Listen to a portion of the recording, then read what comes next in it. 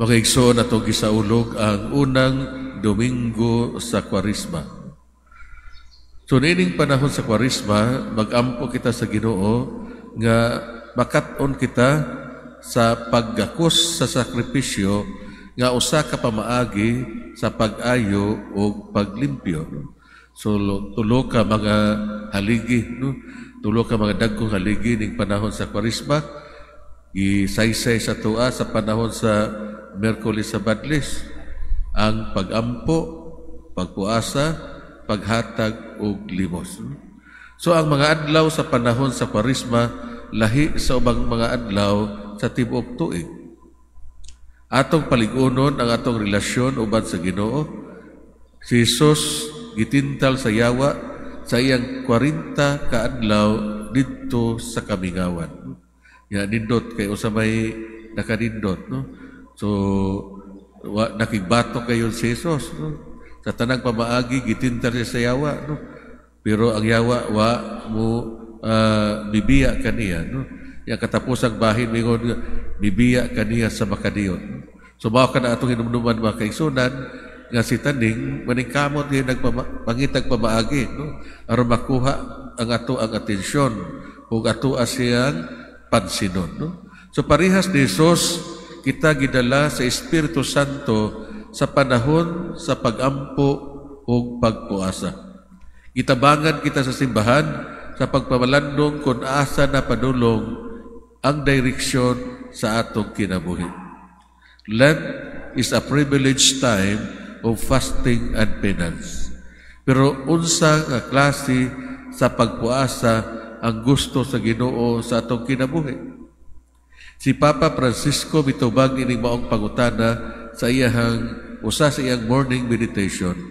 Diliigo ang pagpili sa imong kanon, kundi ang pagkinabuhi nga diin ang tao anaa sa pagpaubos ug pagkamakaunayon sa pag-ila ug pagtul-id ug pagkurhir sa iyang mga sala.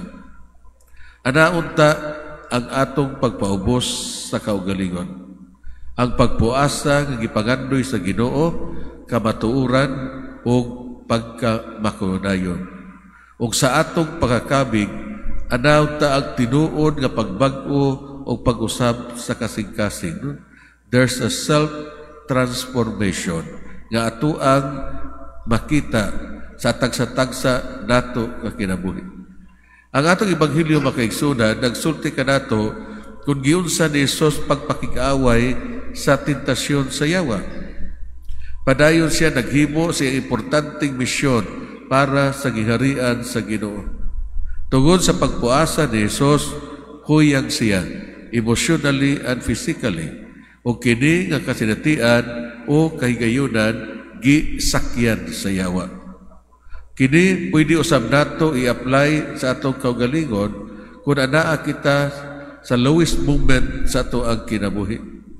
Pero parihas ni Jesus, kinanglan makat-on kita kung unsaon nato pagpakigbatok sa tentasyon. Ug sa ingon, musali kita sa Espiritu Santo sa panahon nga bation nato nga daon kita. Ang Espiritu Santo mo'y maghatag kanato sa kalig-on ug magiya kanato. Siya magdala kanato pag-usab ngadto sa saktong dalan. Sa kanunay atong hinumduman nga ang Ginoo adunay mga plano para kanato nga dili nato matugkad ug masabtan ang atong buhaton nga kita mosalig kaniya. Magaigsuon ang atong Ebanghelyo mangutana kanato sa atong pagkinabuhi matag adlaw. Kinsa man ang atong gisunod, ang akong kabubuton o kabubuton sa Ginoo? Kinsa nga mga pamaagi ang atong gisunod? Ang akong pamaagi o ang pamaagi sa Ginoo? Magaigsuon sa kamingawan, si Jesus nagpabilin nga lig-on o mibarog diha sa pamaagi sa Amahan. Ang Kwarisma mao ang panahon sa kahilom o tinuyo nga pagpamalandong nga magtabang kanato sa pagdiskubre sa kabubuton sa Ginoo. Ang pagpuasa o pagpugong sa kaugalingon inubanan sa pagampo o paghatag og limos, magtabang kanato sa pagtubo sa atoang pagpakigigala sa Ginoo. Mga igsuon, himuon nato ang panahon sa Kwaresma para sa usa ka sinugdanan sa atong pagsalig kang Hesus nga gitintal og nagmadaugon batok sa dautan. Ang atong pagampo, muingon kita, ubani ako Ginoo sa mga panahon sa tentasyon.